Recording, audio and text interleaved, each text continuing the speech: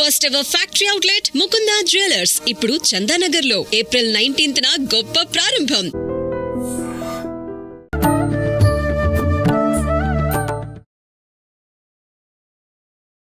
నమస్కారం, welcome to I dream. ధర్మ మార్గం విత్ విజిత కార్యక్రమానికి స్వాగతం. ప్రస్తుతం మనతో పాటు ఉన్నారు Indian Vedic scientist Brahmashri Eshwar గారి సుకేష్ శర్మ గారు. ఇప్పుడు వారితో మాట్లాడి మరిన్ని విషయాలు తెలుసుకుందాం. మనకున్న సందేహాలన్నింటినీ కూడా నివృత్తి చేసుకునే ప్రయత్నం చేద్దాం. నమస్తే అండి. నమస్కారం తల్లి. సాధారణంగా ప్రతి ఒక్కరిలో ఉండే ఒక పెద్ద సమస్య ఈ మధ్యకాలంలో ఏంటి అంటే, ధార్మికంగా ఆధ్యాత్మికంగా మేము ఎన్నో పూజలు చేస్తున్నాము, ఎన్నో రకాల ఆచారాలు వ్యవహారాలన్నీ కూడా పాటిస్తున్నాము. అంటే మానవులు అన్నాక కోరికలు సహజము, కష్టాలు సుఖాలు సహజము. అయితే మేము ఇన్ని చేసినప్పటికీ ఎందుకు వీటి నుంచి బయటపడలేకపోతున్నాము? ఇవన్నీ పక్కన పెడితే మా పూజకు అసలు ఫలితమే లేదనుకుంటా. ఫలితం ఉండుంటే వీటి నుంచి మేము బయటపడే వాళ్ళము. అంటే బయటపడలేదు అంటే ఆ పూజలకి ఫలితం లేదు. మేము చేయాల్సిన విధానం అంతా కరెక్ట్గానే చేసాం. మరి ఎక్కడ లోపం జరిగింది? ఇది పెద్ద సమస్యగా ఉంది ప్రస్తుత రోజుల్లో. ఎక్కడ లోపం జరుగుతుందంటారు? పూజా ఫలితము పూర్తిగా రావకపోవడానికి కారణం ఏంటంటే, ప్రతి పూజలో చివరన ఒక శ్లోకం అనుకుంటాం అందరం. ఏమని? మంత్రహీనం, క్రియాహీనం, భక్తిహీనం పరమేశ్వర అని చెప్తాం మనం. మీరు కూడా చెప్తున్నారు నాతో పాటే కదా. ఇక్కడ మంత్రహీనం అంటే ఎక్కడొస్తుంది? మంత్రం బ్రాహ్మణుల దగ్గర. మనం ఎంచుకునేటటువంటి గురువులు బ్రాహ్మణులు సరైనటువంటి వేద విద్యను అభ్యసించినటువంటి వాళ్ళు కాకపోతే 100% ఉన్న పూజా ఫలితము 1% కూడా రాదు. పోయినట్టే. అర్థమైందా? ఇది మంత్రహీనం. అందుకే మనం ఎంచుకునేటటువంటి గురువు ఎవరైతే ఉన్నారో వాళ్ళ అర్హతను బట్టి ఆ గురువును ఎంచుకోవాలి మనం. కానీ మనం ఏం చేస్తున్నాం? ఫలానా గురుగారు 25,000 అడిగిండు, ఈయనైతే 2,500కే వస్తా అన్నాడు. షిఫ్ట్. ఈయన ఎడ్యుకేషన్ ఏంటి, ఈయన ఏం చదివాడు, ఈయన ఎంతవరకు సామర్థ్యత, ఇతను చేయగలడా లేదా అనేది చూడట్లే. పంచగట్టుకున్న ప్రతివాడు పంతులే అని అనుకుంటున్నారు. అది కాదు. క్యాపబిలిటీ చూడండి. ఎంబీబీఎస్ డాక్టర్కి ఆర్ఎంపీ డాక్టర్ ఇద్దరు డాక్టర్ అనే సంబోధిస్తారు. బట్ వాళ్ళ క్యాపబిలిటీ, ఎంబీబీఎస్ చేసిన డాక్టర్లు అందరూ కూడా వాళ్ళ ఆపరేషన్స్ అన్నీ మరి ఒకే విధంగా ఉండాలి కదా. ఎందుకు ఉండదు అంటే వాళ్ళ ప్రాక్టికల్స్ అక్కడ తేడా ఉంటుంది. సేమ్ ఎంబీబీఎస్ఏ కానీ వాళ్ళకు ప్రాక్టికల్స్, కొంతమందికి హస్తవాసి గుణం బాగుంటుంది అని అంటారు. అది వేరు విషయం. అలానే ఇక్కడ వాళ్ళ చదువు, వాళ్ళ అనుభవం, వాళ్ళ మంత్రానుష్ఠానం, ప్రతిరోజు సంధ్యావందనం చేసేటటువంటి బ్రాహ్మణుడి ద్వారా చేయించుకున్న పూజకు ఉండే ఫలితానికి, బ్రతకడం కొరకు ఆ ఇంట్లో చిన్న చిన్న పూజలు చేసుకుంటూ బ్రాహ్మణ్ణి అని చెప్పుకునేటటువంటి దానికి చాలా తేడాలు ఉంటాయి. ఇది మంత్రహీనం. ఇది బ్రాహ్మణుల నుంచి జరిగేటటువంటి. ఇక్కడ మనము కొన్ని విషయాల్లో మనం కాంప్రమైజ్ అయితే కొన్ని విషయాల్లో అవి కాంప్రమైజ్ అవుతాయి. ఇక క్రియాహీనం.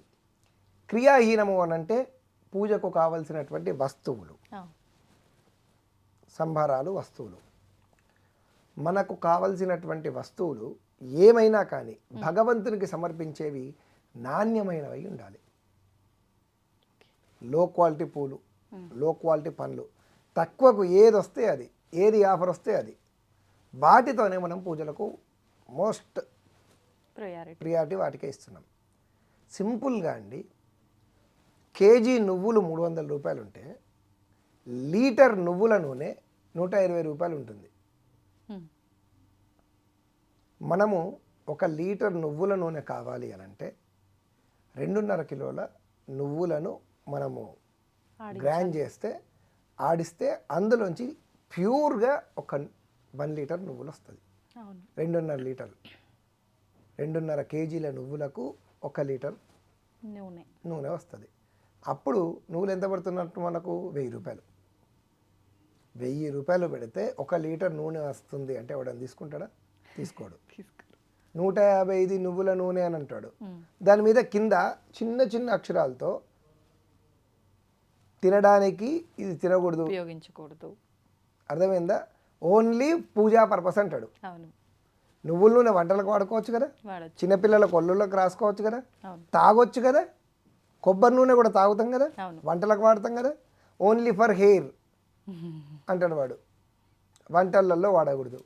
పసుపు మనం వాడే పసుపు గౌరమ్మని తయారు చేద్దామని నీళ్లు పోస్తే పసుపు యొక్క సాత్వికమైన గుణం ఏంటి అంటే నీళ్లు పోయంగానే అది అబ్జర్వ్ చేసుకోవాలి. కరెక్ట్. గంట అయినా నీళ్ళు అలానే ఉంటాయి అందులో, మనం కలుపుతూనే ఉండాల్సి వస్తుంది. అది పీలవదు. కారణం అది పసుపు కాదు, మైదా పిండో ఇంకో పిండో తెలగ పిండో ఏదో పిండ్లు. ఈ మర ఆడిచ్చిన తర్వాత వచ్చినటువంటి పిండ్లన్నీ కలిపి దీన్ని పసుపుతో కలుపుతారు. ఇలాంటివి అంటే నాణ్యమైనటువంటి వస్తువులు వాడకపోవడం వల్ల కలిగేటటువంటి ఫలితములు. ఇప్పుడు కానీ ఒక డౌట్ అండి, మామూలుగా భగవంతుడు మన దగ్గర నుంచి భక్తిని ఆశిస్తాడు తప్ప నాకు మంత్రమే రాదు, దానివల్ల అంటే నేను నార్మల్గా మాటల రూపంలోనే చెప్పుకుంటాను, అయినా దానికి ఫలితం వస్తుంది. మీరు నాణ్యమైన వస్తువులు అన్నారు. అసలు భగవంతుడికి వస్తువులు ఇవన్నీ భౌతికమైన అవసరమే లేదు, నేను భక్తితో ఏం చేస్తున్నాను అదే. ఇప్పుడు మూడో పాయింట్ ఏంటంటే మంత్రహీనం క్రియాహీనం భక్తిహీనం. నేను అదే చెప్తున్నా, మీరు దాని రిలేటెడే చెప్పారు, కరెక్టే. మంత్రహీనం క్రియాహీనం భక్తిహీనం.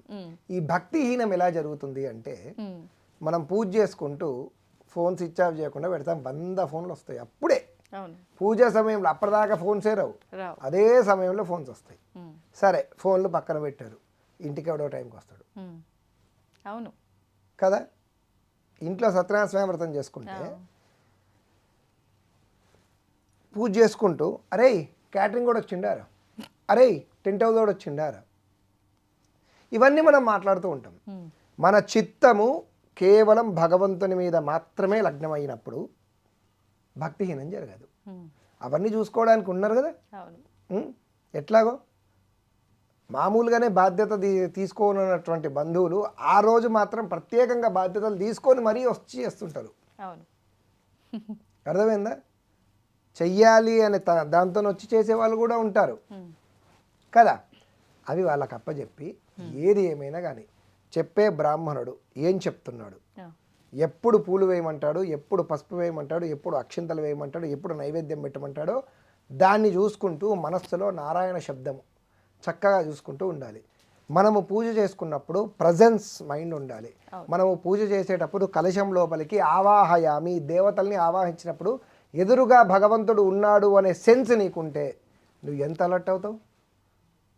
మన ఇంటికి ఎవరైనా ఒక అతిథి వస్తేనే అలర్ట్గా ఉండి వాళ్ళకి ఏం కావాలో అన్నీ చూసుకుంటూ వాళ్ళు ఉన్నారు మాట్లాడుకొని ఒక ఒళ్ళు దగ్గర పెట్టుకొని ఒక బద్ధంగా నియమంగా కరెక్ట్గా మనకి సపర్యలు చేస్తాం.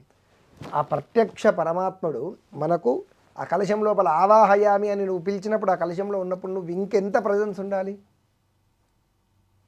కరెక్ట్ కదా. అది లేనప్పుడు భక్తిహీనం జరిగినట్టేనా కాదా? జరిగినట్టే. అవునా. ఇక బంధువులతో మాట్లాడారు.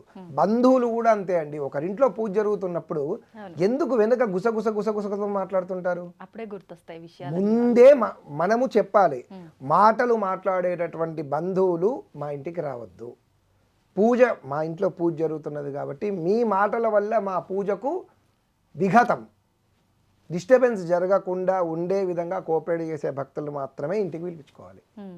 అది కూడా భక్తిహీనం కిందకే లెక్క. తా చెడ్డ కోతి వనమెల్లా చెడిచాడు. నీ కాన్సన్ట్రేషన్ దెబ్బ. మీరేం ఋషులు మునులు కాదు కదా, రోజు జపం చేసుకొని మనస్సును లిగ్నంలో పెట్టుకొని ఇక ధ్యానానికి కూర్చుంటే అప్పుడే పాలోడు పెరుగోడు అప్పుడోళ్ళు హీరోలు హీరోయిన్లు సినిమాలు ఎవరెవరో ఏదేదో చిత్తం బ్రెయిన్ అవుటర్ రింగ్ రోడ్ చుట్టూ గిర్ర గిర్ర గిర్ర గిర్ర తిరుగుతుంటే రకరకాల ఆలోచనలు వస్తాయి తప్ప మనస్సు భగవంతుని మీద లగ్నం అవ్వడం చాలా సమయం పడుతుంది. అర్థమైందా? కాబట్టి రెగ్యులర్గా అలవాటు పరుచుకుంటే తప్ప ఒక్కసారి కళ్ళు మూసుకోగానే భగవంతుని మీదకి కరెక్ట్ అవ్వదు. ఇది భక్తిహీనం. ప్రతినిత్యము మన మనస్సును భగవంతునికి కనెక్ట్ చేసే ప్రాసెస్ ఉంటే కలుగుతుంది. అందుకే కలియుగంలో 100% రిజల్ట్ రాదు. 100% రిజల్ట్ రావాలి అని అంటే ఈ మూడిటిని కరెక్ట్గా జరగకుండా సాధ్యమైనంతవరకు ప్రయత్నం చేయాలి.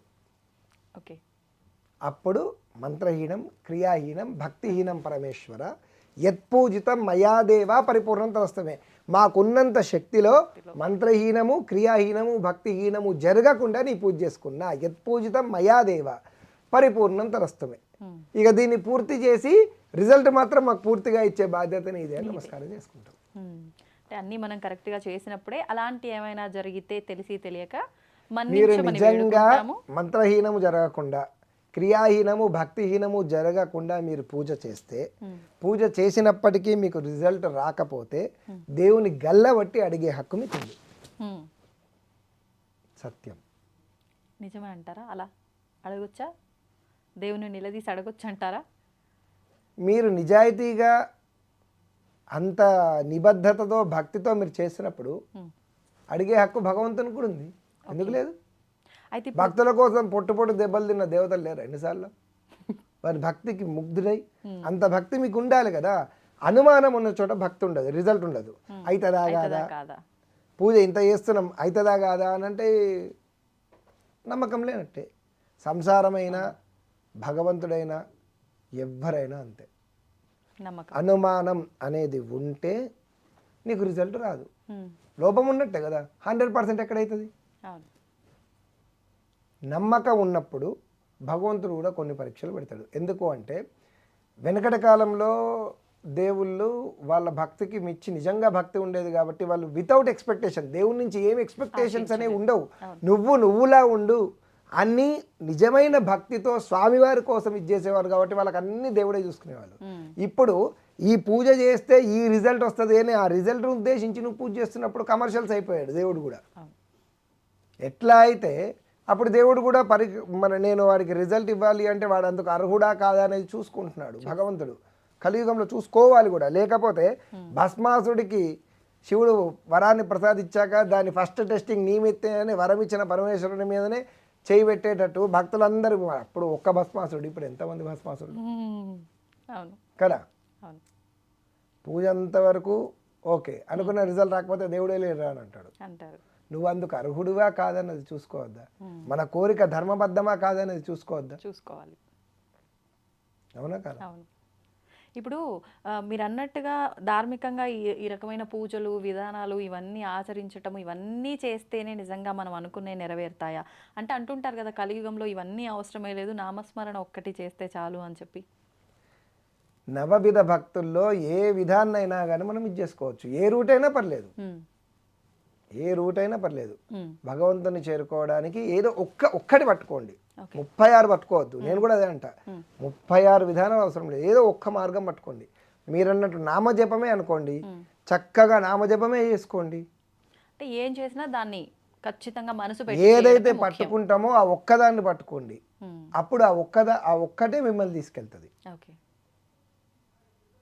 అలా ఎటు కాకుండా పోతాం. లేకపోతే అటు ఇటు కాకుండా ఇప్పుడు మీరు వెళ్ళాల్సిన గమ్యం అక్కడ ఉందండి. ఎగ్జాంపుల్, బండి ఉంటుంది, పడవ ఉంటుంది, ట్రైను, ఫ్లైటు, బస్సు అన్నీ ఉంటాయి. కాసేపు దీంట్లో కూర్చుంటా, కాసేపు దాంట్లో కూర్చుంటా, కాసేపు దీంట్లో కూర్చుంటా అంటే మీరు వెళ్ళాల్సిన లక్ష్యానికి ఎప్పుడు వెళ్తారండి? ఇటు మారడానికే పోతుంది మీకు సమయం. అందుకే పట్టుకుంటే ఒకటే పట్టుకోండి, దాంట్లోంచి వెళ్ళండి. అందరికి ఫ్లైటే కావాలి అంటారు, అది అవ్వదు, అర్హత కావద్దు. ఏదైనా లెవెల్ బై లెవెల్ పెంచుకోవాలి. భక్తి అయినా అంతే. విగ్రహారాధన, హిందూ ధర్మంలో విగ్రహారాధన ఉన్నది అని మిగతా వాళ్ళు మాట్లాడుతూ ఉంటారు. విగ్రహారాధన అనేది బేసిక్ లెవెల్ అది. ఎందుకంటే నిరాకారుడు, అసలు ఏ ఆకారము లేనటువంటి పరమాత్మనికి నువ్వు ఎట్లా ఇది చేస్తావు? నీ ఐక్యూ లెవెల్స్ కందదిగా.